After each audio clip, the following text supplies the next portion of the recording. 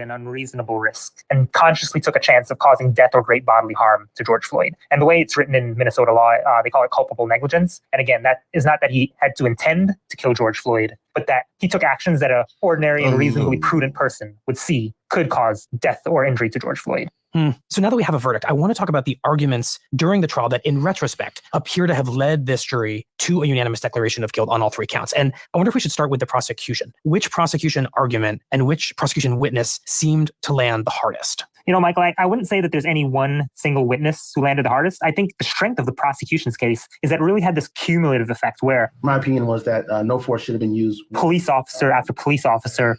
I saw no reason why the officers felt they were in danger. Including the police chief. To continue to apply that level of force. And said, this is not what we do as policing. That in no way, shape, or form is anything that is by policy, is not part of our training, and it is certainly not part of our ethics or our values. There was medical expert after medical expert. Mr. Floyd died from a low level of oxygen. Pulmonologist, cardiologist, medical examiner. Mr. Floyd died from positional asphyxia, which is a fancy way of saying he died because he had no oxygen left in his body. All of whom said that Chauvin's actions deprived George Floyd of oxygen. Right. And then you had the emotional witnesses, those people who provided really the conscience of the world, really, right? They stood there and they described how traumatizing and heartbreaking and desperately they wanted to stop Derek Chauvin from doing what he did. Mr. McGon, do you need a minute? I mean, I can't help but remember Charles McMillan, who was a 61-year-old man who was just passing by the area that day and stopped because he saw the police arresting someone. He was just being nosy, he said. I feel helpless. I don't have a mama either. I understand him. That sort of emotion, I think, was something that the defense had no answer for. Well, speaking of the defense, how should we think about its arguments and why ultimately they fell short? What arguments and what witnesses seem to typify its failure? And the defense clearly had an uphill battle here, given all the outrage around this case. But I think when you look at the witnesses they brought forth and the arguments they tried to lay down, it was just very hard, against the cumulative weight of all that the prosecution presented. I mean, for instance, they had a policing expert. Good afternoon, Mr. Broad. Afternoon. Very broad. In terms of the use of force, what relevance does possible drug influence have in an analysis? Has quite a large impact, in my opinion. How so? Well, because people on the influence of drugs may not be hearing what you're trying to ask them to do. They may not understand. They may have they don't feel pain. So he tried to suggest that not only did George Floyd not really feel pain. Does the person need to have their legs controlled in the situation they did? But he also said that Derek Chauvin actually could have used or should have used more force than he did. That one of those situations where they were justified in the maximum restraint and chose not to. So, and these were things that I think to the ordinary listener seem just preposterous, right? Thank you, Your Honor. Your Honor, the defense calls Dr. David Fowler. And then they also brought on a medical examiner, Dr. Fowler. So in this case, can you just kind of describe the layers of factors that lead you to your conclusion that this was a sudden cardiac event? Yes. And he tried to kind of throw the kitchen sink in terms of the causes of death of George Floyd. So we have a heart that's vulnerable because it's too big. That it was his heart problems. There are certain drugs that are present in his system. It was the drugs in his system. There is another drug, fentanyl, which slows down your breathing. It was all these things except for Derek Chauvin kneeling on him. And he actually said he would rule the death undetermined. And he even threw out one theory that... We've got the carbon monoxide, which has the potential to rob some of that additional oxygen carrying capacity. Maybe because George Floyd's face was right by the tailpipe exhaust of a police car, that he may have been poisoned by the carbon monoxide coming out of there. How do you know the car was even on? But then the prosecution got up and very effectively kind of just shot down his testimony. It was a question I specifically asked, and then I made an observation of water dripping from what appears to be a tailpipe. He had no answer for that. He didn't know if the car was on. He had no test results to show that there was any sort of carbon monoxide. You didn't see any information or data from anybody who says, I either turned the car on or I'm the one who turned it off. You didn't see either one, did you? Correct. What the defense really had to do was create some sort of doubt in the jurors' minds that Derek Chauvin was a significant cause of George Floyd's death, and they were not able to get there at all. They were not able to chip away or poke holes in the very robust prosecution case that said that Derek Chauvin was at fault for George Floyd's death. We're talking about arguments and strategies here, but on some level, it feels like the entire trial seemed to be contained in the 9-minute video that everyone in the world watched back in May of 2020. And is it fair to say that that video, as evidence in this trial, was simply insurmountable for the defense? I would say that in a very real way that, yes, I mean, the defense kept trying to make the point like it's not about the 9 minutes and 29 seconds that Derek Chauvin knelt on George Floyd's neck. It was about the 16 minutes and 59 seconds that preceded that, from the time Derek Chauvin arrived on the scene to the time he took George Floyd down to the pavement. They were saying, you need to look at the totality. That was a main theme of the defense. But let's be real, Michael, that was a horrific video. Like, police officers, police chiefs in other departments, when this happened, were saying that that's not policing. So that video, there was really no overcoming that. And there was really no explanation as to why he felt the need to stay on George Floyd's neck, even after he went completely limp and completely motionless. Right. I mean, in the closing arguments, the prosecution said to the jury, believe your eyes, believe what you're seeing in this video. And it sounds like the defense just couldn't get the jurors to look away from that video and couldn't rebut what they were seeing in that video. Precisely. It's a hard thing to unsee once you've seen it.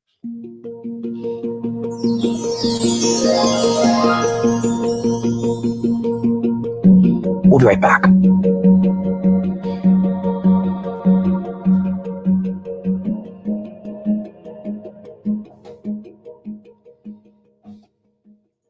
Support for this podcast and the following message come from E-Trade. Whether you're looking to put your money to work in the short term, long term, or somewhere in between, E-Trade's got you covered. E-Trade can help you with your finances, from saving for a first home to investing for retirement. And they're backed by a team of financial professionals to give you support. To get started today, visit etrade.com/thedaily for more information. E-Trade Securities LLC, member SIPC. Hi, I'm Claire Tennis-Getter. I'm one of the many names you hear in the list of credits on The Daily every week. A big part of my job as a producer is talking to my colleagues, to New York Times reporters, to get their expertise on the news. But we also want to explore the human side of the news. And so another big part of my job is talking to people about how they're experiencing what's happening in the world. That can mean walking up to people on the street, making cold calls. It's spending months making sure we represent all sides of the story. Whether it's about what shapes our political identities or how we're coping with crises, we have to learn from these conversations. Guess I gotta talk to Zavala first. These types of stories are what makes The Daily special. And we want to keep bringing them to you. Oh, the trophy's gone. Subscriber support. If you haven't subscribed to the New York Times, you can do that at nytimes.com/subscribe. And thanks. John, with the trial over and with Chauvin found guilty, I want to explore the reaction to this verdict. You were in the public square that has been named after George Floyd in Minneapolis as the verdict was read. Can you describe the conversations that you had with people there?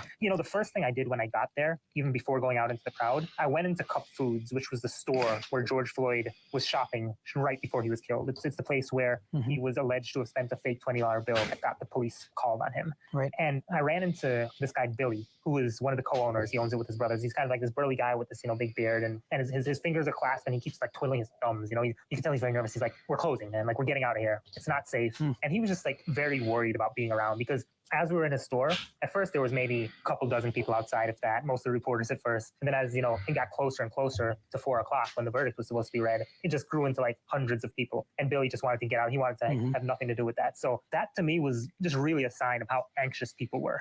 And then once the verdict's read, I see people start cheering. People are pumping their fists in the air. They're waving Black Lives Matter flags. Some people are hugging.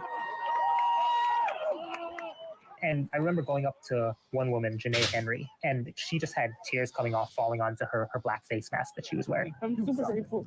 And I can rest tonight too, because I live on the street, and my grandmother lives on the street, and my father lives on the street, and everybody will be, able to relax. And then now Dante Wright is the next case, and I hope he gets justice for that. Okay. I'm choosing art because melee abilities. I might want to recharge faster. And arc class items let you slot the arc mods easier. So everybody saw it, but still you're sitting back thinking, back to the Rodney King days, everybody saw that too. Those cops got off. I was really worried. I was worried about my city. Thank God my city will not burn tonight. This is a new day. This is something beautiful. This is something different. It's finally some little piece of justice. And so it was this moment where I think he saw the fabric of America just shift that very tiny bit. Of course, I'm not on my Titan, but it's occurred to me. Dead Black people has usually been. I was thinking about hopefully it'll Titan. Okay, metal case. Thank you so much for your time. And then, Michael, I actually saw a familiar face, this young woman named Kia Bible, who I had met last year when I was doing some reporting. And Display proof of your impressive exploits over the past 11 or so with the months. Guardian Games, the Laurels, 500 bronze And this has been medals. the culmination of a long activist struggle to hold specifically Derek Chauvin, but more broadly the system Okay. accountable. And so I could really sense not only a sense of like happiness in her voice, but a sense of like resolve. Like this is the beginning of something better. I mean, we got people that have actually stepped up from the precinct that are like, no, this isn't proper, this isn't right, and they need to be held accountable. We have community members, black, white, Asian, brown, yellow, green, whatever. Okay, equip your Guardian Games class item, then collect laurels by defeating mini bosses or lesser enemies with grenades, melee, or attacks or supers. That's your job as a bystander, as a community member. She talked about everyone having their cell phones now and more people stepping up and making sure that they use those tools that they have to ensure. Earn laurels after earning 100. Okay. We're not asking anymore. We're demanding what we deserve, what we are owed. Okay. We're going to keep moving. All I can say is he's going to keep marching 10 toes down. And we're going to continue to say everything with our whole chest. We have to. We have to.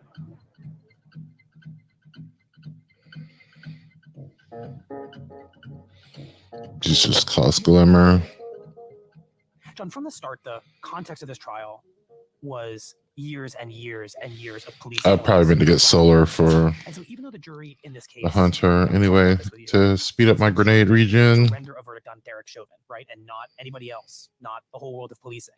This case was always going to be seen, it feels like, by the rest of the country as a verdict on policing and accountability for policing. And it sounds like the people you were talking to were seeing it that way, and that their relief, their resolve, their hope, it was in the context of that broader question of policing. Absolutely, because think about the scenario. If he was not found guilty, then what does that say about what police are allowed to do? And so for many people, yes, Derek Chauvin should be held accountable as a measure of justice for George Floyd. That was obviously on a lot of people's minds. But beyond that, what's going to happen the next time a police officer encounters a black man for some sort of minor violation, right? What's going to be those actions next? So I think there's a legacy here that is very important to many Americans. And there's a precedent that needs to be set that police officers cannot just act with impunity. And especially in a case like this, where you had almost 10 minutes of an officer just completely ignoring the life of someone beneath his knee. I think for many Americans, a line has to be drawn somewhere. And accountability needs to be had so that in the future, things can actually be different. John, based on your reporting, do you think that this case actually does have any bearing on the next trial of a police officer who kills a black American? And I'm asking that because there were several aspects about this case that feel unique, right? There was no split-second decision-making here. It wasn't a case of a cop being afraid of being shot. That just wasn't a factor here. So all the familiar police defenses fell away, but that might not be the case in the next trial of a police officer. Yeah, I think it's really hard to say, honestly, because on the one hand, as you mentioned, this case is particularly egregious, right? So I think that egregiousness of this made this a situation where it might be easier to find people who are willing to convict, who are willing to say, no, what the police officer did was wrong. But on the other hand, I think the fact that it was so egregious, in some ways opened the world's eyes to the fact that police officers sometimes can act in a very depraved and egregious way, right? For those who may have doubted that, the community is not as affected by that dynamic, who might doubt it. This was their chance to see it in a very stark way. So in that sense, I think in the future, maybe juries, maybe people who come from communities that are not over-policed like that are not policed in that way, maybe they'll think twice before just believing that the cop had good intentions right away, or just believing that the victim was someone who was doing wrong and deserved what they got. You're saying holding police accountable inevitably leads to holding perhaps more police accountable. Yeah, exactly. This case is all about accountability. I'm curious how you yourself, as somebody who covered the aftermath of George Floyd's death, the protest movement it created, the trial, and now the verdict, are thinking about the meaning of this case, what it means and what it doesn't mean. I think that this case, it really, in many ways, opens the eyes of a lot of people to a reality that police are all too often killing black and brown people in America. I mean, we couldn't even get through the 3 weeks of the Chauvin trial without a police officer killing someone somewhere in America every single day. Every single day. Every day, someone in America died at the hands of police. And I think in a very stark way, this case helps underscore the sometimes egregious manner in which police interact with the communities that they are meant to serve, and that sometimes police officers will look at people who are accused of very minor things, who come from particular communities, who look a certain way. They will treat them without the same respect and humanity that you would think would be afforded to any human being. And I guess the other takeaway for me is that when people speak up, like, it can really have an impact. When WNBA teams and NBA teams decide not to play, that gets people in power to listen and to try to affect change. We've seen how government officials now talk about these issues. We've seen the governor here in Minnesota talk about systemic racism, talk about the lack of humanity that is often shown to Black people. We see police departments in cities having to address how their policing is done and how much funding they need to do that. These are all changes that happen because in this case, people saw something that horrified them and they spoke up and they pushed for change. So I think this case really helps to show the power that people can have when they see something wrong and they demand and push for something to change.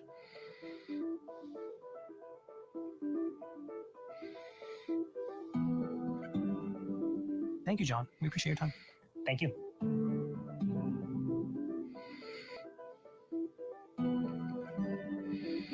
Shortly after the verdict, members of George Floyd's family held a news conference in Minneapolis. I would like to thank the jury. I mean, everybody. Thank God. That's all day, God Almighty. Thank you.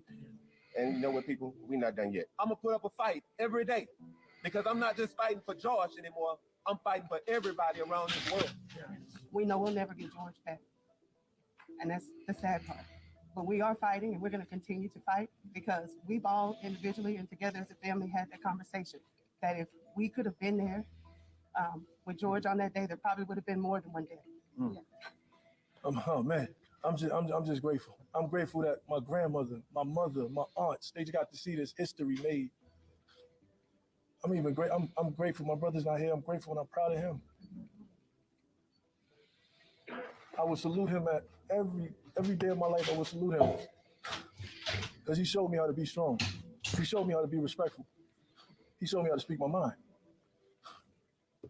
I'm gonna miss him, but now I know he's in history. What a day to be a Floyd, man. Wow.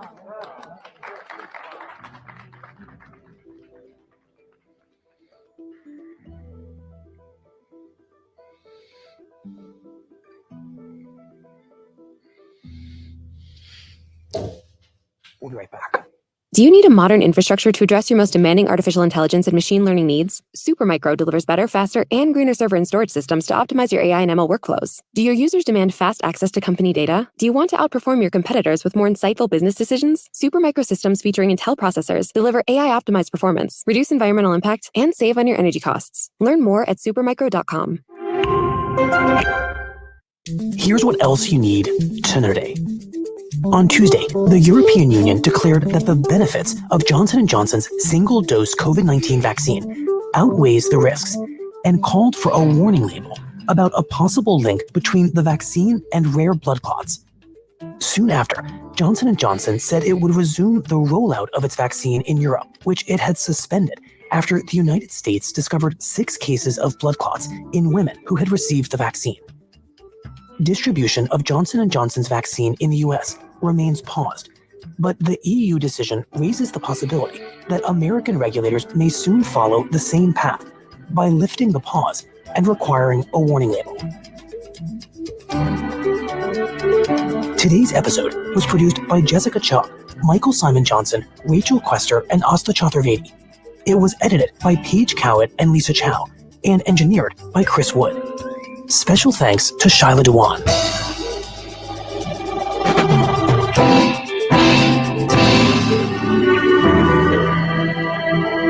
That's it for the Daily. I'm Michael Barbaro. See you tomorrow. What makes your morning a good morning? No matter what your routine entails, one thing rings true. The perfect morning is one that readies your body and mind for the day ahead. So gift yourself a good morning. Take a moment just for you. Release yourself from the worries of yesterday and face today refreshed. Because good days start with good mornings. And good mornings start with Yogi Tea. Yogi Tea. Tea's made to do more than just taste good. That's exactly right. Especially in the 3rd Police Precinct. You're only going to see a police officer when there's been a crime committed and they've been called. Otherwise, they're going to be sitting in their cars. And what about the numbers of police officers? How is that playing a role in the extent to which police are retreating in Minneapolis? Well, one of the big problems is that their recruitment has understandably suffered. So fewer and fewer qualified people want to be police officers. Fewer and fewer people of color want to be police officers. And then when you have a number of retirements and transfers due to the acrimony within the community, you are left short-staffed and really, in some ways, equipped only to respond to crime. What's so interesting about that is that in some ways, it feels like people could look at what's happening in Minneapolis right now and say, well, this is what it looks like when you defund the police. You want fewer police officers. You want less money for police services. And so this is what happens when you get it. And it seems like it's not necessarily helping communities to have the police retreat. But I wonder if the picture is a little bit more complicated than that. Well, I think that ideally the people who want to defund the police want them replaced with something. They want social workers. And right now, the city of Minneapolis is not dispatching social workers to 911 calls or problems with homelessness or disorderly conduct or drug overdoses or what have you. They're dispatching the police. And so, yes, in some respects, this is what a community with less policing looks like. But advocates for structural change are asking for a whole lot more than what's happening now.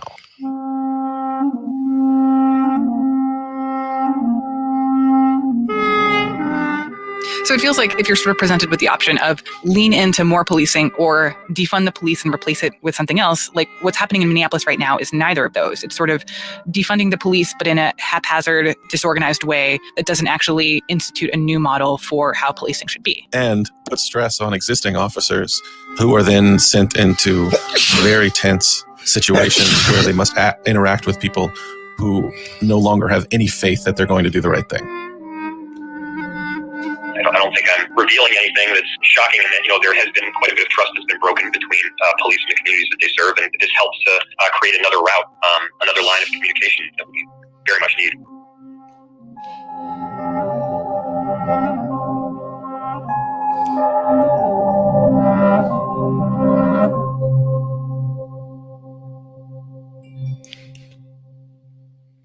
The fact that the future of policing on an institutional level seems like it's kind of in limbo in Minneapolis, around Minneapolis, like what problems has that presented in the short term for the people who interact with police on a daily basis? What you've seen in Minneapolis, especially in the places nearest where Floyd was killed and where protests destroyed parts of the city last year, is a lot more community involvement and a movement to begin to rely less on the police. There are a number of patrol groups. There are numerous, more than 24 of these community groups that have begun the work of patrolling their neighborhoods and streets, hoping to thwart crime and be an anti-crime presence where police have failed. I think part of the momentum for the defund the police movement in this city in particular is due to a lot of these folks realizing that they can have a way bigger impact on the safety of their communities than they ever knew.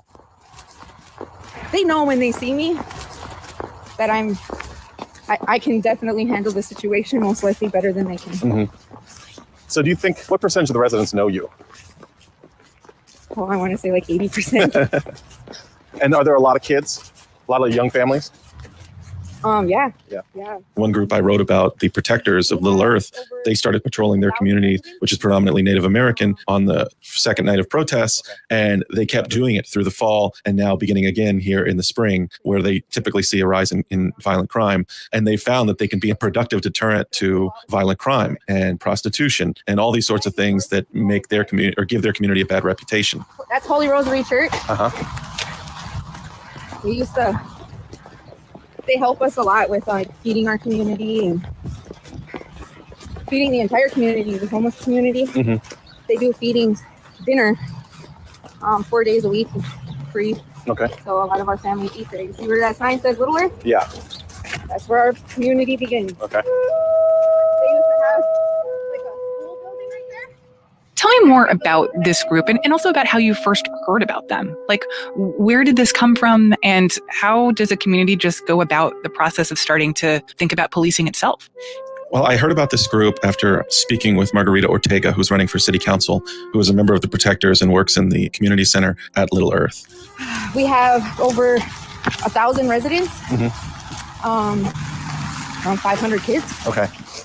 Under 18. Yep.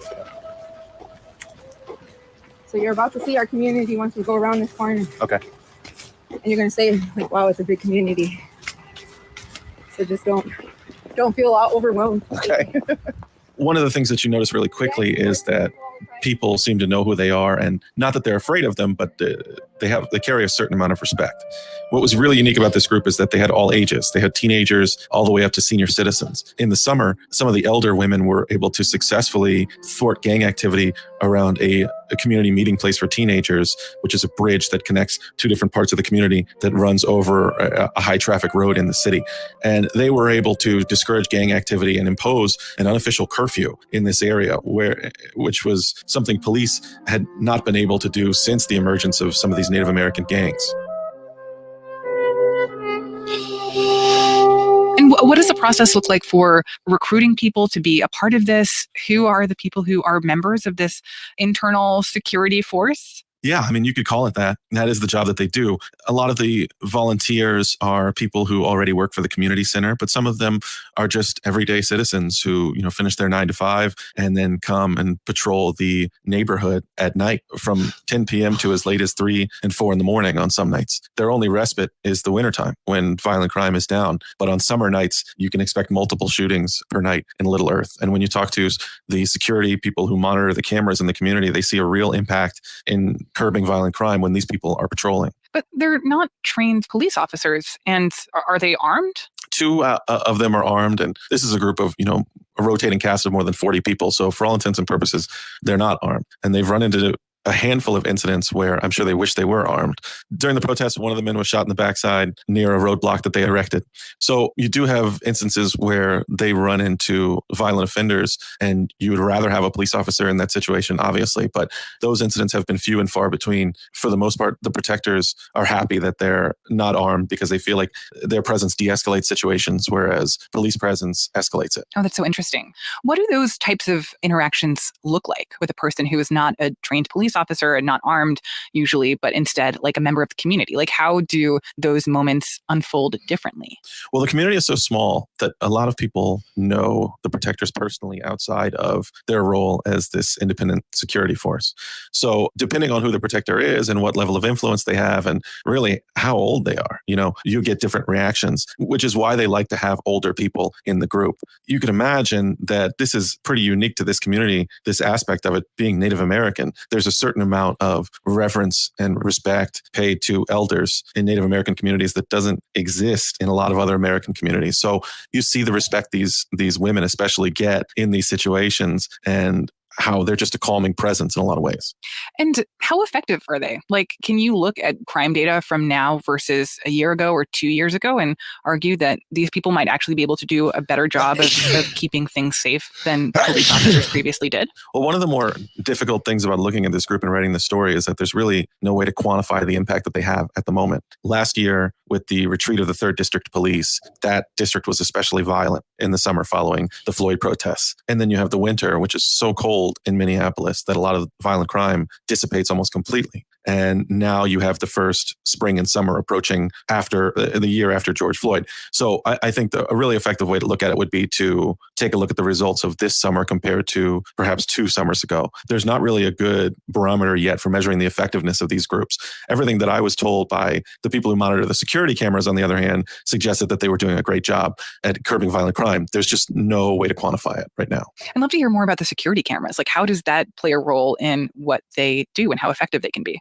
Because Little Earth has been such a hub for violent crime over the years, the Community Association has 77 cameras placed around the community monitoring activities, and a 24/7 security guard who monitors those cameras and records any sort of violent crime interaction. So any sort of shooting incident that's captured on camera gets logged and reported to the police and also the housing association, the company that monitors Little Earth housing. And so the protectors have utilized this office and this person and made them a dispatcher on nights when they're out patrolling. So that person has a radio, and leaders of the protectors are in constant communication with that security guard monitoring the cameras to learn where things are happening, where groups are congregating within the community.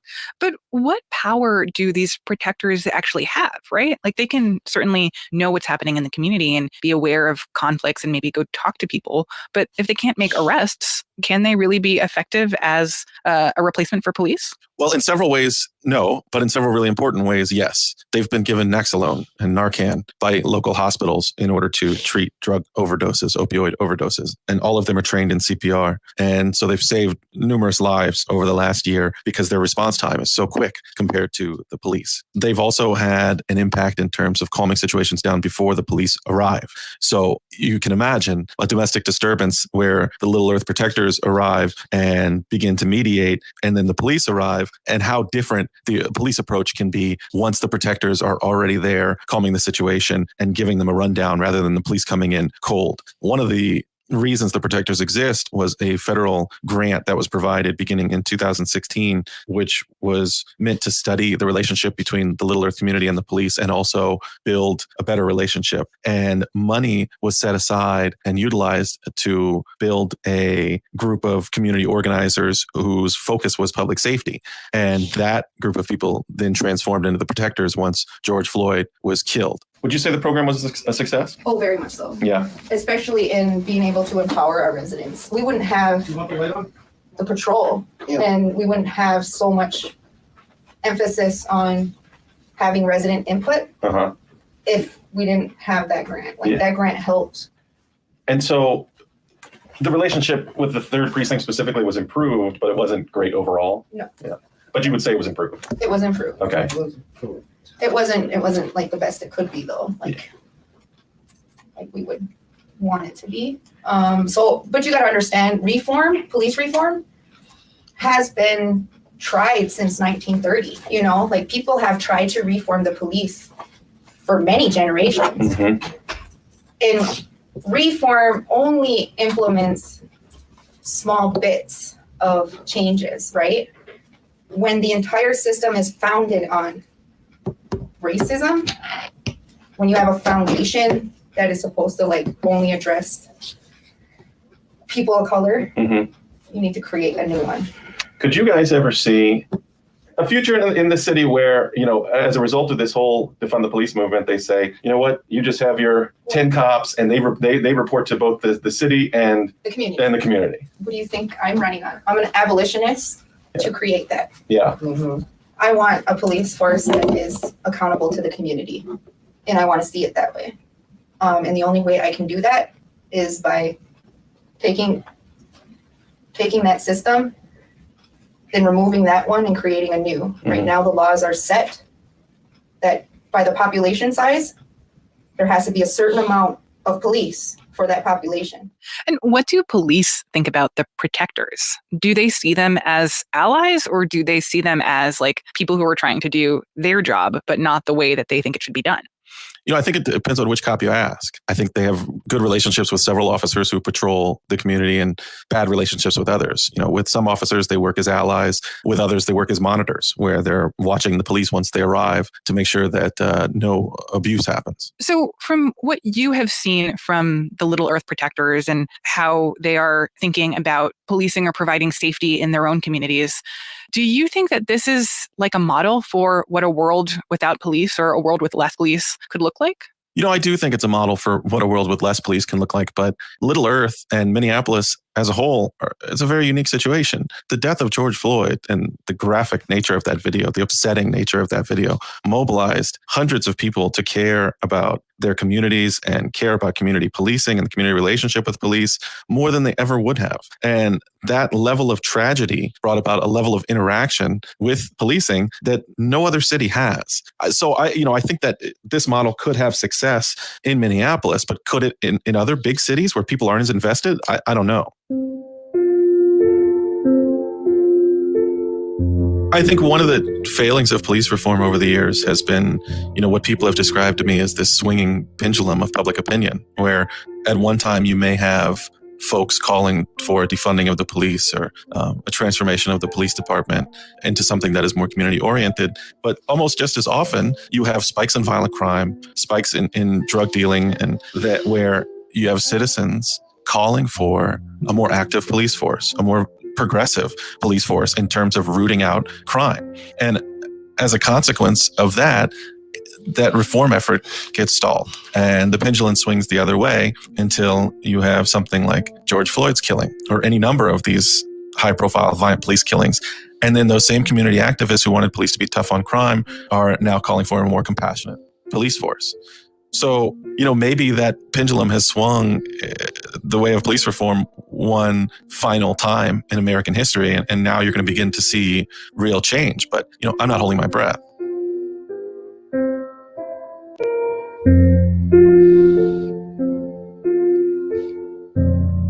Robert Klemko covers policing and criminal justice reform for The Post. This story was produced by Lena Mohammed.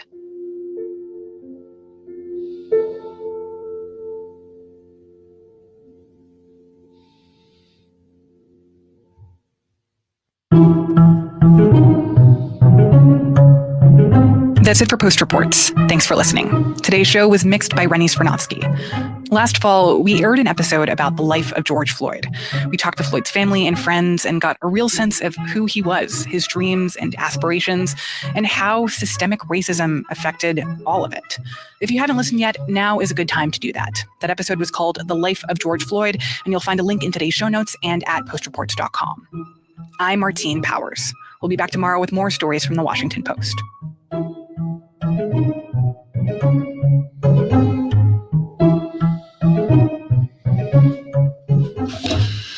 The internet has changed a lot in the last 25 years. Facebook supports updated internet regulations to set clear rules for addressing today's toughest challenges. Learn more at about.fb.com/regulations. You're listening to the Now This Brief. Brought to you by Audible. Here are the top stories you need to know today, Tuesday, April 20th. The jury tasked with delivering the outcome of the Derek Chauvin trial is deliberating today. The group of men and women are considering 3 charges against the ex-officer for the death of George Floyd: second-degree murder, third-degree murder, and second-degree manslaughter. Yesterday, prosecutors and the defense team made their closing arguments. Prosecutor Steve Schleicher asked the jury to put any biases of police officers they have to the side, particularly the belief that law enforcement can't hurt civilians. Instead, he wanted the jury to focus on what Chauvin did during Floyd's last moments. George Floyd's final words on May 25, 2020 were, "Please, I can't breathe." And he said those words to Mr. Officer. He said those words to the defendant. He asked for help with his very last breath, but Mr. Officer did not help. The defendant did not help. He stayed on top of him, continued to push him down, to grind his knees, to twist his hands and twist his fingers into the handcuffs that bound him, looking at him, staring down at times the horrified bystanders who had gathered and watched this unfold. Chauvin's defense attorney Eric Nelson asked the jury to consider a number of outside factors that could have contributed to Floyd's death. He also asked the jury not to think of the perspective of bystander, quote, reasonable police officer when those factors met his calculus for use of force. Overall, the jury has heard from 45 witnesses over 3 weeks of testimony in this trial. Capitol Police Officer Brian Sicknick had 2 strokes and died of natural causes a day after the insurrection. That's according to Washington's chief medical examiner. Francisco J. Diaz told the Washington Post that Sicknick did not have an allergic reaction to chemical irritants that were sprayed while rioters clashed with law enforcement. The autopsy didn't find any internal or external injuries either. This news could make it difficult to prosecute the 2 men who have been accused of spraying Sicknick with a chemical irritant. The medical examiner did say, however, that all the events at the Capitol that day played a role in Sicknick's condition. After nearly 3 weeks on a hunger strike in prison, Russian opposition leader Alexei Navalny has been transferred to a hospital for vitamin treatment. Navalny, who is serving a 2.5-year sentence, has been on the hunger strike to protest the lack of medical treatment for back pains and numbness in his limbs. He believes those symptoms are a result of being poisoned by Putin's allies, who wanted him killed. Navalny's lawyers say his health has deteriorated so much in recent weeks that he could die at, quote, any minute. Other supporters of Russia are still critical of the transfer, warning that he was just moved to another, quote, penal colony. U.S. officials have called for better treatment for Navalny and warned that there could be consequences if the Putin foe dies while in prison. President Biden's nomination for vice commandment of the Coast Guard will make history as the first female 4-star admiral in the service if she is confirmed. Yesterday, the White House announced Vice Admiral Linda Fagan as the president's choice to be the Coast Guard's second-in-command officer. Fagan is one of several women Biden has already nominated for top national security positions. He and Vice President Kamala Harris are working to make good on their campaign promise to fill at least 50% of those positions with women. As the current Coast Guard commander for the Pacific area, Fagan oversees all missions from the Rocky Mountains to the waters off of Africa's east coast. And finally, NASA scientists will be able to explore Mars like never before after successfully flying a helicopter on the Red Planet for the first time. Early yesterday morning, the Ingenuity helicopter completed the first powered, controlled flight on another planet. It flew for about 40 seconds while receiving flight instructions from NASA's Perseverance rover, which then took and sent pictures of the helicopter to NASA. Dr. Thomas Zurbuchen, an associate administrator for the Science Mission Directorate, explained the implications for this accomplishment going forward. What we just added today is the aerial dimension to exploration. We can now fly into craters, for example, explore their walls where we know that water is seeping out, or at least we believe. And we've never really observed them up close because of the fact that we can't reach it. We're imagining humans exploring in the future and having scouts that are flying ahead of them. All that we demonstrated today. The NASA team will use data they received from the helicopter to plan its next flight, which is currently scheduled sometime after April 22nd. That's today's Now This Brief. Be sure to subscribe and check back tomorrow for more news you need to know. If you're always looking for the right listen for the moment, Audible Plus has unlimited access to thousands of select podcasts, audiobooks, and exclusive Audible originals as you multitask throughout your day. Start your journey on the Pursuit of Healthiness podcast with Blake Griffin, or sit back and laugh with the comedy Escape from Virtual Island, written by John Lutz and starring Paul Rudd. Whatever you're up to, Audible Plus has a listen for you, all in one place. Try it free with a 30-day trial when you sign up at audible.com. You're listening to the Magnum version of the Savage Lovecast, www.savagelovecast.com. If you're stuck in a relationship quandary, or if you're looking for sexual harmony, well, there's nothing you can't ask on Savage Lovecast. You would think at this moment, during the trial of Derek Chauvin, he's the cop who murdered George Floyd by kneeling on his neck for 9 minutes in Minneapolis, you would think at this moment, cops all over the country would be erring on the side of not pulling black men over for having air fresheners hanging from their rear view mirrors, and then, accidentally mixing up your taser with your service revolver and killing them, and erring on the side of not summarily executing 13-year-old boys for running away from them. You might think that, but you'd be wrong, because no group is more committed, it seems, to making the case for defunding the police than the police themselves. As I sat down to record this morning, I thought a verdict is going to be in at any minute. I should check. It's not. No verdict yet. I am praying the jury returns a guilty verdict. And I'm praying, and that's rare for me because I'm not a praying man, but I am making an exception here. I am praying that the cracks we all saw in this trial, in the blue wall of silence, cops testifying against a cop, I am praying that those cracks widen and grow and the wall of blue silence collapses. And then while I was online, I thought maybe I should check to see if there's been another mass shooting since the last mass shooting, which was 10 minutes ago. We were all so anxious to return to normal after more than a year of rolling COVID lockdowns. And here we are, the new normal, same as the old normal. Well, our national normal, our national sickness, guns and gun fetishists and gun violence. Joe Biden said it best. This has to end. It's a national embarrassment. It is a national embarrassment what's going on. And it's not only these mass shootings that are occurring every single day, there's a mass shooting in the United States if you count all those who were killed out in the streets of our cities and our rural areas. It's a national embarrassment and must come to an end. I think that actually might be the first time we've heard Joe Biden's voice on this podcast. He's right. It is an embarrassment, a national embarrassment. One of many. Police violence, national embarrassment. Our healthcare system is a national embarrassment. Our inaction on climate change, a national embarrassment and a danger to the world. Kids in cages, a national embarrassment still. Student loan debt, national embarrassment. Laws that make it a crime for parents to provide gender-affirming care to their trans kids proposed in Texas, and laws that require schools to report kids to their parents if they're caught displaying gender non-conforming behaviors at school, a law proposed in North Carolina, an embarrassment. And our pot laws. It's 420. Let's talk about our pot laws for a second. Our pot laws. Getting better state by state. They're legalizing pot in New York State. Good to see. But our pot laws really are an embarrassment. And I got to say, as a Democrat who voted for Joe Biden, I'm embarrassed by his opposition to legalizing marijuana federally. I was at a White House reception for Pride back before Obama came out in favor of gay marriage, back before Biden came out for same-sex marriage and kind of boxed Obama in on the issue. Obama had said he was evolving on the issue of marriage equality. So I brought buttons to that party, little tasteful ones, perfect for lapels, buttons that said evolve already on them. And I passed those buttons out. Biden showed up at the end of that party and I gave him one. Dr. Biden showed up too, Jill Biden, and Terry gave her one. I feel like we need to go back to the White House and pass out those buttons again, evolve already, but about weed this time. Not that I'll get another invitation to a White House reception. I didn't get another one after passing out those buttons the first time, and I imagine I'm on some sort of White House universal do not invite list now for that, and perhaps all sorts of other reasons.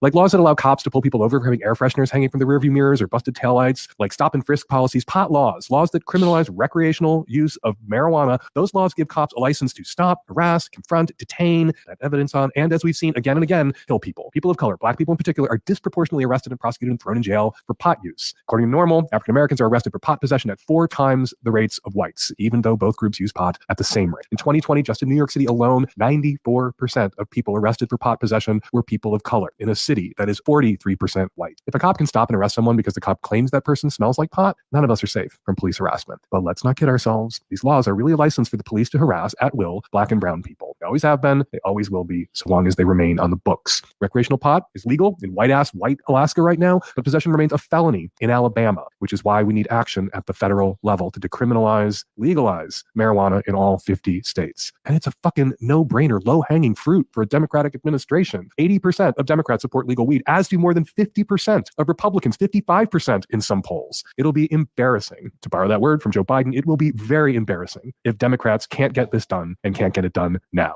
All right, a little bit of business before we get to your calls. I'm excited to announce that I'm going to host one of the Hump Greatest Hits screenings the first Saturday, May 1st. Let's all get together, watch some of the sexiest, kinkiest, dirtiest, funniest short films from the last 16 years together live on Zoom with me and my mean lesbian boss. Get your tickets to that at humpfilmfest.com. And a special announcement for Savage Lovecast Magnum subscribers. Starting May 6th, I will be hosting a new virtual lunchtime get-together on the regular for Magnum subscribers only called SAC Lunch, a live video hangout, free for Magnum subscribers. We're going to get together. We're going to have lunch. We're going to talk about that week's Lovecast. I'm going to hear your thoughts. We can talk. Subscribe to the Magnum version of the Savage Lovecast now at savagelovecast.com, and we will send you an invitation to the very first SAC Lunch on May 6th. All right, coming up on today's show, Happy Infertility Awareness Week, everybody. My guest on the Magnum today, very fitting. It's environmental and reproductive epidemiologist, Dr. Shauna Swan, author of Countdown, which looks at how all the toxins that we're pumping into our environment are messing with our fertility and our genitals, people. Good thing it's also 420. Again, you might need a little pot after hearing that interview. It is distressing. Also, we have 2 separate callers this week asking me about hiring a unicorn. All that on today's show. Stay tuned. So Dan, Nancy, and the tech savvy at-risk youth. This is it.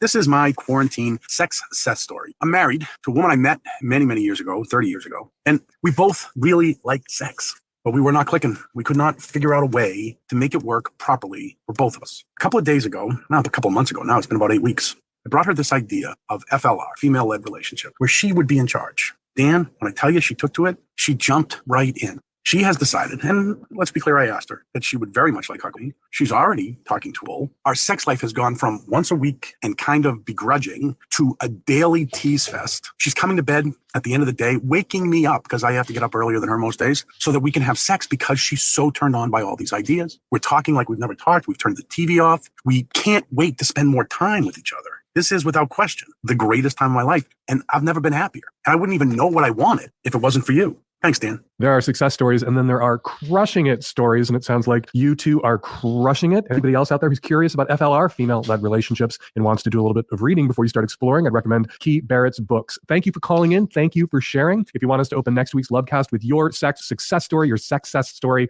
give us a call, share it. We might open the show with it before we get to the problems. Now, on to this week's problems. Hi, Dan. I'm a 40-year-old woman in a stable 22-year relationship with a male partner calling from Toronto. During the pandemic, a friendship I had made at school with a man in his early 50s who also has a long-term partner has become very special to me. And with schools closed here over the past months, he and I have resorted to taking long afternoon walks together as a way of staying active and feeling less socially isolated from friends, etc. He has become friends with my partner and my kids, and I had met his wife several times, and she was kind and welcoming to me. I had envisioned we'd all become better friends once social restrictions are lifted. Recently, however, I disclosed on a walk with my friend that prior to having children 8 years ago, my relationship with my partner was monogamous. I valued being able to talk with him authentically, as he had also been quite open about sharing his relationship history. Next time I saw him, he admitted that this disclosure had gotten him thinking about whether the two of us might be able to have a sanctioned affair and that he had feelings for me. I acknowledged a mutual attraction, but I expressed immediate pessimism and concern that this would work out if he did not already have this type of relationship with his wife. I said I didn't want to lose our friendship and that I thought we should keep things as they were and be careful not to let things cross the line. He went away and consulted with some of his close friends. He watched a video by you on monogamy, and then he told me by text that he decided to start having a conversation with his wife about this. I said I was nervous, that I was worried she would feel threatened by me and we wouldn't be able to stay friends. I said I really didn't want that to happen, but he said if he didn't tell her, he would end up lying and sneaking around. So he told her, and it did not go well. But he said it did lead to some important conversations on their end. Now, just as I have predicted, he has texted me to say that we can no longer be in contact. He said he hopes that that will change and that he's glad he started this dialogue, and he has thanked me several times. He has not apologized to me, and now I'm left feeling like I have been used as a catalyst to create a change in his marriage, and I am now collateral damage. I feel really sad about losing this friendship that had come to be important to me, and I don't know what to say in response to him. Of course, I don't expect our friendship to be his priority, but I feel kind of harshly dismissed when I don't think I did anything wrong. Should I have handled this any differently? Is there anything I should say to him at this point? I just want my friend back, and I worry it is totally ruined now. Is there anything I can do? So you told this friend of yours that you didn't want to fuck him if it meant potentially losing the friendship, that it wasn't worth the risk, that you valued him as a friend too much, and you asked him not to bring it up with his wife, not to talk about it with his wife. And then he consulted with friends and watched me talk about non-monogamy and then brought it up with his wife. And what you feared might happen, that you would be exiled from his life, his wife would feel threatened, that all came to pass. And you didn't just warn him one time not to go there, not to do this, wasn't worth it for you to lose his friendship, to get to fuck him wasn't worth it. You warned him more than once. And he did it anyway, because he obviously valued potentially getting to fuck you more than he valued your friendship and was willing to risk your friendship, being able to have you in his life with the prospect of getting to have his dick in you with his wife's permission, which he didn't get. And as you predicted, she was so threatened by this development that he's had to cut you off, cut you out of his life. You have every right to be angry. You have every right to feel hurt and discarded. You ask me what you can do now? Well, you can't just be angry forever. Go ahead and be mad. You sound super sad. I think you need to stir a little anger into your sadness and direct that anger at your former friend. And maybe you need to put it in an email or put it in a text. Just tell him how upset you are that he went and did what you told him not to do and what you feared might happen happened. And it cost you his friendship, which you valued more than his dick, but he didn't value your friendship more than the prospect of getting to sleep with you. Be angry and then let it go. What do you do now? If you want to have this friendship, if you want to have him back in your life again someday, what do you do now? What's your best course of action in the short term? It's to hang way the fuck back. Send him that one text, send him that one email, and then don't reach out to him again. Respect the boundary that his wife has asked him to draw for her emotional comfort. And it might be that when she sees that you're capable of respecting that kind of boundary, that she may grow more comfortable with the idea of having you back in their lives again, because she knows that you will respect that boundary, even if it's personally painful for you to respect the boundary that he's had to lay down at his wife's request. What that will signal to her is that if you do come back into his life as a friend, you will continue to respect boundaries that are established for her comfort, which would include the boundary of don't fuck my husband. But the only way to demonstrate to her that you can respect her boundaries and as a friend, prioritize their relationship in a way that even he seemed incapable of for a moment is to exit his life and wait. And you may be invited back into his life. You can put that in your email, put that in your text message. Hopefully at some point in the future, we can reestablish our friendship in a way that your wife is comfortable with it. Because I wouldn't want to do anything that made your wife feel uncomfortable. Articulate that. On the off chance that he's sharing this email with his wife or that she is looking at his emails or text messages, put that in there explicitly. And then go find a better friend. Go make another friend. And we're coming out of the pandemic, hopefully, as more people get vaccinated, as more sane people get vaccinated, and you will be able to make new friends, have new social contacts. You feel his absence acutely because friends were hard to make, friends were hard to see during the pandemic, and you were able to make this friendship, establish this bond, and spend a lot of time with this guy on these walks. And so that leaving your life in this way, pretty acutely painful at this moment. It will become less painful over time. You will make new friends. You will make friends who respect your boundaries. And hopefully, when you make those new friends, you will miss him less. And then when the day comes when you're welcome back into their life, you may not even want to enter back into their lives. You may not want to reestablish this friendship because you have other better friends who are capable of respecting your boundaries and listening to the things you have to say about what you would like them to say or not say to their friends or spouses about you. Hi, Dan. I'm a 29-year-old queer female living in Western Canada, and I need help dealing with my in-laws. My husband and I have a 1-year-old son with a peanut allergy. At this point, he hasn't had an anaphylactic reaction, but he gets hives covering his face and needs to be medicated to bring down the swelling. We've informed my in-laws about our son's peanut allergy probably around 10 times, whether it's casually over dinner or in the context of leaving our son with them to babysit and putting out his medication. My in-laws have now watched our son a handful of times, and we're transitioning into a routine where they will watch him once a week. The other day, we were having breakfast together, and my mother-in-law asked, "Does the baby like peanut butter? Would he like this?" I was shocked. When I realized she was serious, I began to fucking fume inside. I couldn't believe they had been watching him and had no recollection of the peanut allergy. My husband brought up the incident, asking them, "Do you really not remember this allergy?" They got extremely defensive, asking how dare we accuse them of not being competent, and comments along those lines. We never accused them of anything. We just wanted to get to the bottom of how they could possibly have no memory of it. They also said untrue things to my husband, such as that they had never fed the baby anything other than what I had provided for them to feed him, which is just so far from the truth. Like, I came home from work the other day and they were like, "Oh, we gave him some of our muffin. We hope that's okay." My response was, as it always is, yes, he can eat anything as long as you know the ingredients and there are no peanuts. It's important to note they are in their 70s, and my mother-in-law has expressed concern to my husband about my father-in-law forgetting things, so it's already a sensitive topic.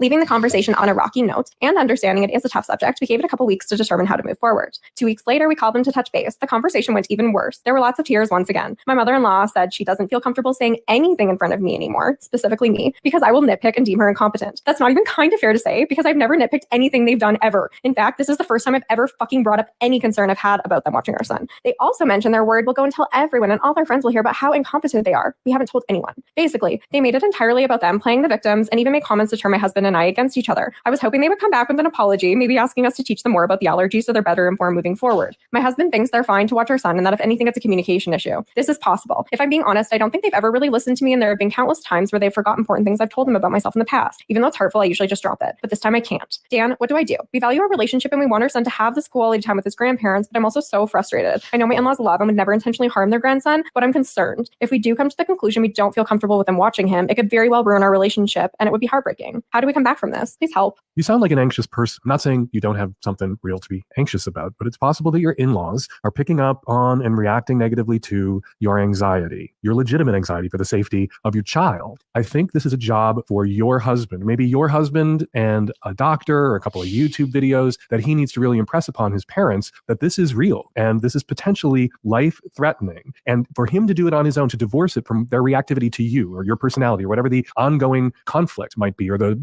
simmering conflict that you weren't really aware of, or aware of how they felt about you until this pushed it. And, you know, you may be accidentally pushing some of their buttons about their own anxieties, about aging and forgetfulness. And of course, they don't want you to think that they did something intentionally that may have put your child at risk, even though they did something out of probably just getting old and forgetful that did put your child at risk. And of course, your child's safety has to be your top concern. So your husband goes in with the information that they need and impresses upon them the severity of this situation, the risk and the danger. And when they watch your kid, make sure they know, or your husband should make sure they know what the symptoms are of anaphylactic shock and that the meds are on hand so that they can do something about it in an emergency if indeed they need to. And if they feed your kid peanuts or something that might have peanuts in it again, then you don't let them watch your kid on their own, not to punish them, but to protect your child, not from their malice, but from their forgetfulness, which is, as the peanut allergy is an affliction that your son has to live with. Old age, forgetfulness, senility, dementia, those may be afflictions that they are currently struggling with and feeling very insecure about. And the confrontation with you about this became something that they projected their anger onto, not anger with you necessarily, but anger about where they're at this particular moment and what they're going through, their afflictions. You've got to approach this in a way that makes it not about your personality versus their personality, you judging them or shaming them, but just about how all of you can work together to protect your kid who has a peanut allergy while still allowing him to have a relationship with his grandparents who may be forgetful. That might mean no feeding your kid anything at all. That may mean when they're together with him or they come over to watch him, it's after mealtime and the kids go into bed and there are no snacks, of course, in your house that would be dangerous for your kid, and grandparents aren't allowed to bring any over. There are ways you can get creative that allow for them to have a relationship that is controlled and that prioritizes your son's safety and your security as a parent. You're doing everything you can to protect him while still allowing him to have a relationship with his forgetful, defensive grandparents. Hi, Dan and the tech-savvy at-risk youth. I'm an early 40s gay man in a large city who was recently vaccinated and recently, for the first time in a long time, hooked up with a stranger. I was being very careful for the longest, but I was vaccinated. So anyway, I ate his ass for quite a long time. And then the next day, the next morning, and this has never happened to me, I was very, very sick. And I thought it was COVID, honestly, because it had been a couple of weeks. I didn't really know what to think. So I laid low, I was eating healthy, and I was fine after roughly probably 36 hours. And I'm fine now and everything's great. But I guess my question is, do those two things have anything to do with each other? It's never happened to me before.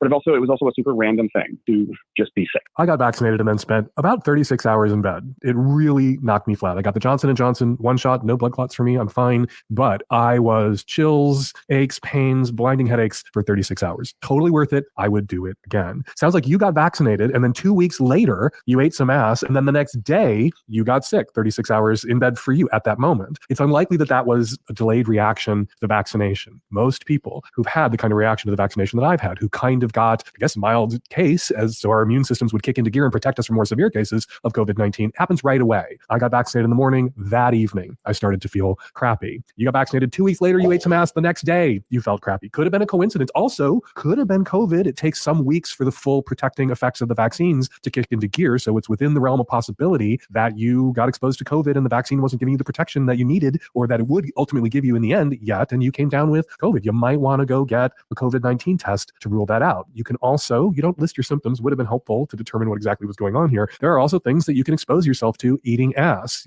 syphilis, gonorrhea, herpes, the big STIs, also E. coli, salmonella. Salmonella in particular, E. coli can kill you, salmonella can knock you fat. They can both put you in bed for a few days. You might want to talk to your healthcare provider and not your snarky sex advice podcast host about what that was and get tested. It is a risk. Eating ass is a pleasure. There are risks. There are risks associated with almost all pleasurable things that we human beings do. People go snowboarding for fun, slam into trees, die. People eat ass for fun, get salmonella, it's not pleasant. Or get oral syphilis, it's not pleasant. We weigh the risks and the benefits and we roll our dice and move our mice and we decide what risks we're willing to shoulder. So my money here is not on a reaction to the vaccine. That would have happened right away. Could have been salmonella, could have been E. coli. If it was either of those things, you might still need to be treated so that you are not infectious. Go see your doctor. Also, could have been COVID, or maybe you had the flu, which is still a thing that people get. A lot fewer people are getting it because of social distancing, because of masking.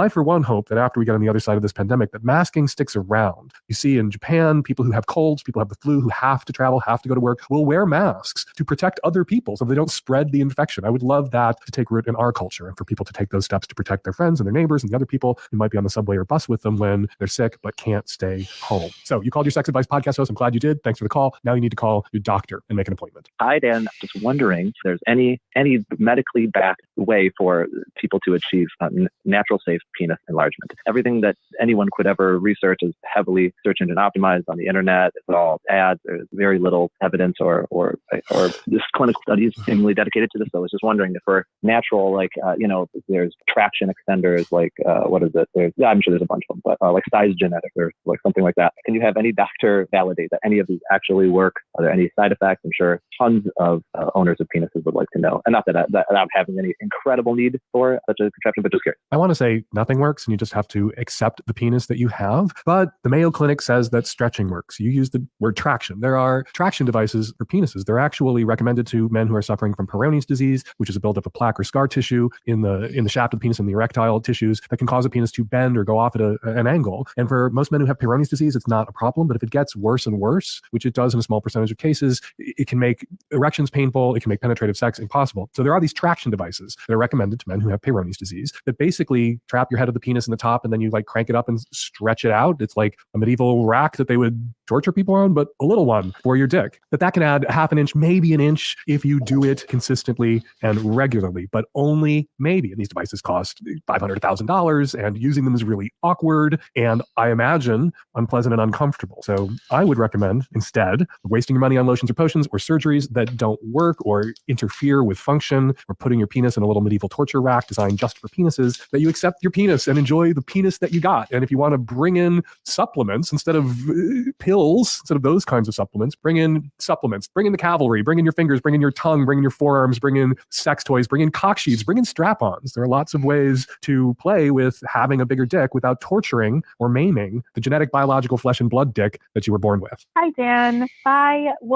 Cis woman here in Seattle, sitting with my lesbian girlfriend, and we're just having an argument about whether straight people who date queer people are part of the LGBTQIA community. And we were just talking about it, and me being a bi woman, I guess I kind of got my feelings hurt and felt like that notion is a little bit biphobic. So just wanted to know your thoughts. LGBTQ, T again, A twice, YA twice, in the longest versions of the initialism, YA twice. Well, one A for asexual, the other A is for ally. I can't think, in most cases, if somebody is supportive of their bisexual spouse's sexual orientation, I can't think of a better ally than that person, than the person who married a bisexual person or partnered with a bisexual person and affirms and celebrates and honors their bisexuality, even if it's a monogamous relationship. So yeah, your male partner is not disqualified from identifying with the queer community or being a part of the queer community, so long as they, I guess, fall into that A for ally category. So your spouse, your partner, if you have one, in a sense, married into the community, are a part of the community as an ally, but also a part of the community by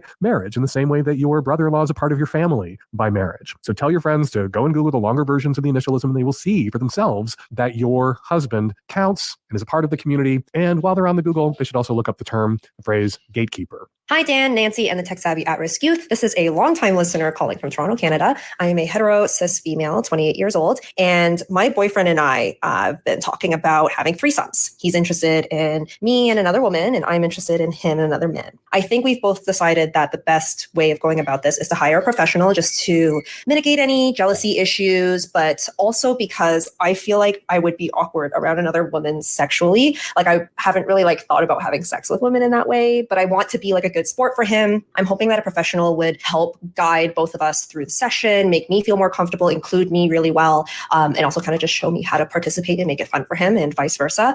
So my question really is, how do I find these people? It doesn't seem like searching on Google is a good idea. And also, what should I ask this person when I finally do find them? What are good questions to help us narrow down who would be a good fit for us? Some straight people will have three ways where, it's kind of a pile and there may be some incidental or even intentional or sustained same-sex contact. I guess that would fall under the banner of heteroflexibility in that kind of moment. Other straight people will have three ways where the two same-sex participants orbit the opposite sex participant like moons of Jupiter. They never touch each other. They don't get any closer than they were when they were created. You can have that kind of three-way, and you can find a professional who understands that that's the kind of three-way that you're comfortable having, so long as you communicate that to the pro. You ask if there's a pro out there who can guide you, and actually what you need to do is guide the pro. You need to tell the pro what it is that you want, what it is that you're comfortable with, what your expectations are, and then the pro can decide whether they would be a good match for you. You don't want to waste somebody's time. There are some people out there who do sex work who complain about the time wasters, people who may be jacking off, maybe masturbating about the thought of getting with a sex worker, and it fuels their fantasy to have an interaction with a sex worker about a hypothetical date, a hypothetical booking that's never going to happen. You don't want to be that kind of person. You want to dive in, share the information efficiently about what you want, what your expectations are, what you hope to get from this encounter, and then invite them to share what their expectations of you as a couple would be. And so long as you're really clear that you want the moons of Jupiter threesome and not the lots of incidental same-sex contact, there are a lot of people out there, a lot of opposite-sex couples who go to pros or search for unicorns because the woman is particularly interested in having a bisexual experience, having a same-sex experience. And a lot of pros who are approached by couples will at least come into the interaction, come into the negotiations with the assumption that you may want some girl-on-girl play or girl-on-girl contact. You just need to be really clear that that's not what you want. That's not what you're after. This is about your boyfriend, and you want the moons of Jupiter booking. You don't want the 3 people in a heap rolling all over each other booking. And you can have that, and you will have that so long as you are clear about that being what you want, what you're after. You may encounter a sex worker or two who's not interested in a moons of Jupiter 3-way. I think they would be rare. Good sex workers, and you're one good one, are all about meeting the needs of their clients and meeting their clients where they are, but they can't meet you where you are if they don't know where you are. You're expecting them to guess where you are. Be clear, be detailed, and have fun. Hi, Dan Savage in the Tech Savvy At-Risk Youth. I need your help planning what I hope will be a quarantine success story. My husband and I have been dabbling in monogamish activities for a little while, but unfortunately, a lot of that has been curtailed due to COVID. We have done a threesome experience with a man. We have gone to some sex clubs, and I have played with women there, but we're really dying to do a classic 2 girls, 1 guy, 3-way. And we haven't been able to because of COVID. And we've been talking and fantasizing a lot about it. And that's sort of morphed into talking about potentially hiring an escort. I think that that would be really sexy. He does too. So we talk about that a lot. And we have just sort of dipped our toes into trying to plan that now that we are vaccinated. And so his birthday is coming up in a few weeks. And I thought rather than waiting even longer that I might just go ahead and plan one for his birthday. And I know that he will be okay with it. We have talked a lot about it. I've told him that he has free reign to plan sexy surprises. And he has insinuated to me that I should just go ahead and pick an escort and plan something. So I feel like this will be a welcome surprise. I found a beautiful, curvaceous woman who's an independent sex worker. And we've been chatting. She seems great. I'm super excited. But my question is, I'm not quite sure how to roll out the surprise. There's so many different versions that I can think of that would be fun or sexy. I'm getting us a hotel downtown in the city where we live, but I don't know, do we get a drink at the bar and I have her come walk up and sit with us? Do I leave him at the bar for a little bit and meet her upstairs and have him come up and, just walk into a room with the 2 of us there? Do I tell him when we get to the hotel, just so he can have a little bit of advance notice and, maybe we can have some fun in anticipation of her arrival? Do I write him a note, a little letter, and pass that to him and tell him what's about to happen when we first get to the hotel over dinner? There's a lot of options. I'm wary of insinuations. You say that your husband has insinuated that it would be all right with him for you to plan this as a sexy surprise. And that insinuation came during a conversation where you told him he could plan one for you as a sexy surprise. I think you want clarity, not insinuations, not hints, before you set up a sex date for someone where they may feel pressured to go through with something in the moment that, for reasons that may have nothing to do with the person that you picked or anything else, but in that moment they may not be ready for or up for. And if you've gone to all the time and trouble of getting a hotel room and getting a sex worker, it puts a kind of pressure on your husband to go through with it, whether he wants to or not. And so I don't think this is a great idea, just because the risks of it falling apart in the last moment are high, and you wouldn't want to hurt the sex worker's feelings. On the other hand, a sexy surprise is one way to keep the spark alive. And if that's what he's told you that he wants, and again, no insinuations, statements, clarity, you need to use his words. If he's invited you explicitly to surprise him sometime with a sex worker or with an additional bonus partner for a 3-way, well, then I guess you have his consent to go through with it. So I guess I'm just bumping on that word, he has insinuated. It may be that this is something that you said that you wanted. You were up for this kind of sexy surprise. And to avoid making you feel uncomfortable about this being something you wanted, he, just allowed you to assume that it might be something that he wanted too. So first get clarity. And then if it's clear, if he absolutely positively wants you to set something like this up for him sometime,